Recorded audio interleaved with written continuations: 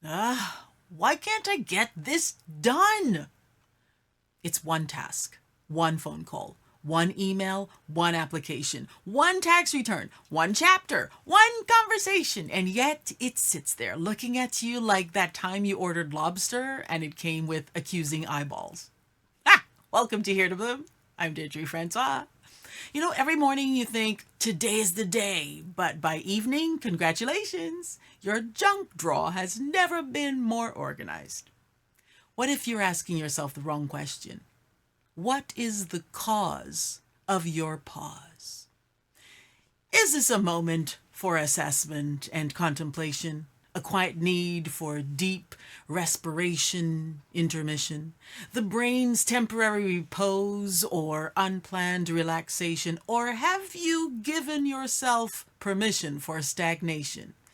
Has the point in your purpose retreated into isolation? Is keeping your own word redefined as alienation? Are you delighting in the world's buffet of distraction, or is this simply unequivocally procrastination? What is the cause of your pause? Is every task on your path primed for combustion? Each certainty and promise destined for corrosion? Every self-directed comment heavy with condescension that simply getting up to do anything requires resuscitation? What if your problem isn't procrastination? What if your brain is trying to protect you? Because if that's true, no planner, no motivational quote, no productivity app is going to solve the real problem. Let's be honest, procrastination has gotten a terrible reputation. It has become synonymous with laziness, but I don't think that's always fair, because some of the biggest procrastinators are incredibly productive. Have you ever noticed this? You have this one really important thing to do, and suddenly you're cleaning the fridge. And I don't mean just cleaning it. I mean taking everything out, checking expiry dates, wiping every shelf, thinking, I should probably sanitize this cheese drawer while I'm here. Right? I mean, no one has ever deep cleaned a refrigerator faster than someone avoiding an uncomfortable phone call. Or, you answer emails, you fold laundry, you organize your desktop. You should research how to become productive, which is ironically procrastination about. It's procrastinating about procrastination. At the end of the day, you say, I was busy all day.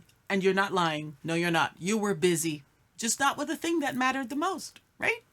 So let's imagine that task is, let's say, doing your taxes, which I hate.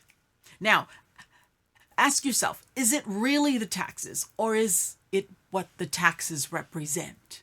Maybe they represent discovering that you made less money than you hoped. Maybe you're terrified that you'll owe more money than you have, right? Maybe you're afraid you made mistakes on it. Maybe you'll have to admit you need help. Suddenly, you're not avoiding numbers. You're not avoiding numbers at all. You're avoiding shame. Our brains are hilarious. They'll say, you know what sounds safer than taxes? Let's reorganize Tupperware.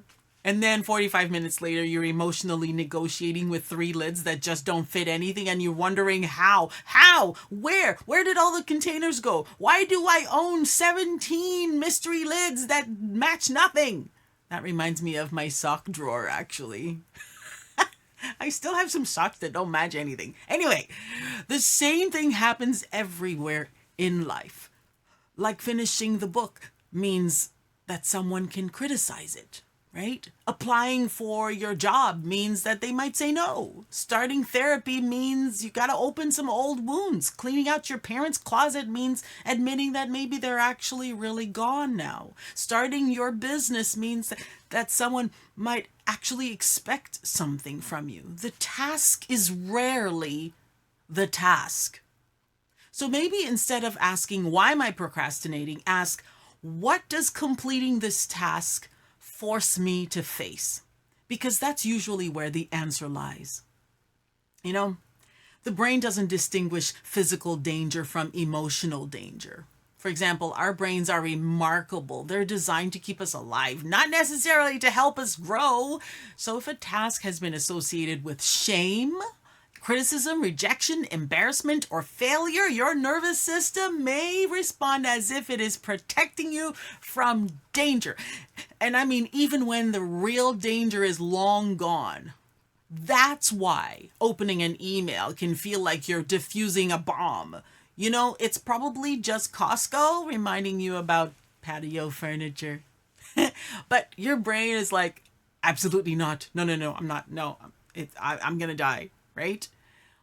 Maybe this task represents the end of a chapter or the beginning of one. Maybe it represents failure or success. Believe it or not, success scares people too. Yeah, it does. Because success changes expectations. People start watching you. People expect more. Life changes. Maybe you've been avoiding that thing because finishing it means becoming someone new, and that can be terrifying. Have you ever spent 3 hours thinking about doing something instead of spending 20 minutes actually doing it? Our brains are incredible. I mean, we will literally climb Mount Anxiety just to avoid walking across the street. So here's the question I want to leave you with. Not what am I avoiding, but what is this task asking me to feel? Maybe your pause isn't laziness. Maybe it's shame. Maybe it's grief, right? Maybe it's uncertainty.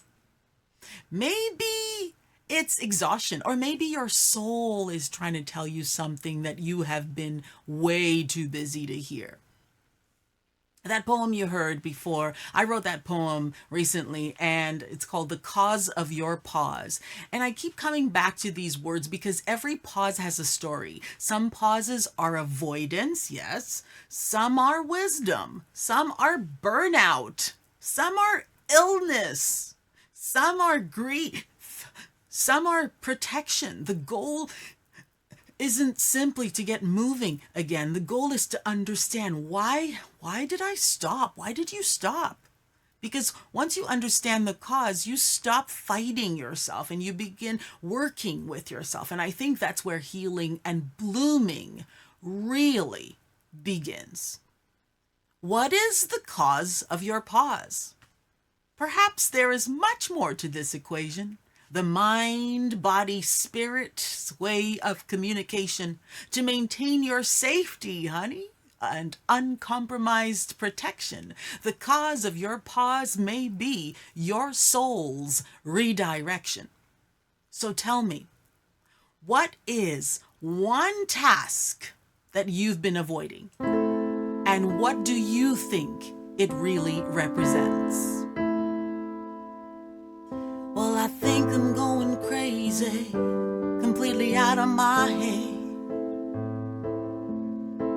I criticize myself, I'm so darn lazy, but I can't get out of bed. Gotta get out of bed.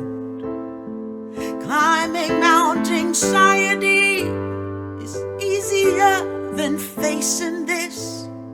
So many monsters chasing me, and I'm running, but they keep on gaining on me. I wanna be free. Oh yes, I wanna be free. I started at the end. Yeah, I started at the end. Lost sight of the point of it all. I'm really gonna do this. My heart needs to mend. My soul is tired of the constant fall. Climbing Mount Anxiety seems easier than facing this. All those monsters chasing me. I'm done running, I'm scared, but I gotta face this. I wanna be free. It's the only way I'm gonna bloom free. Climbing Mount Anxiety seemed easier than facing this. all those monsters chasing me. I'm done running, I'm scared, but I gotta face this. I wanna be free. It's the only way I'm gonna bloom free.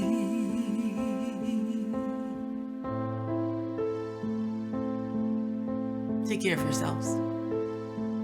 Again, what's that one thing? What's that one task you've been avoiding? Tell me, what do you think it really represents?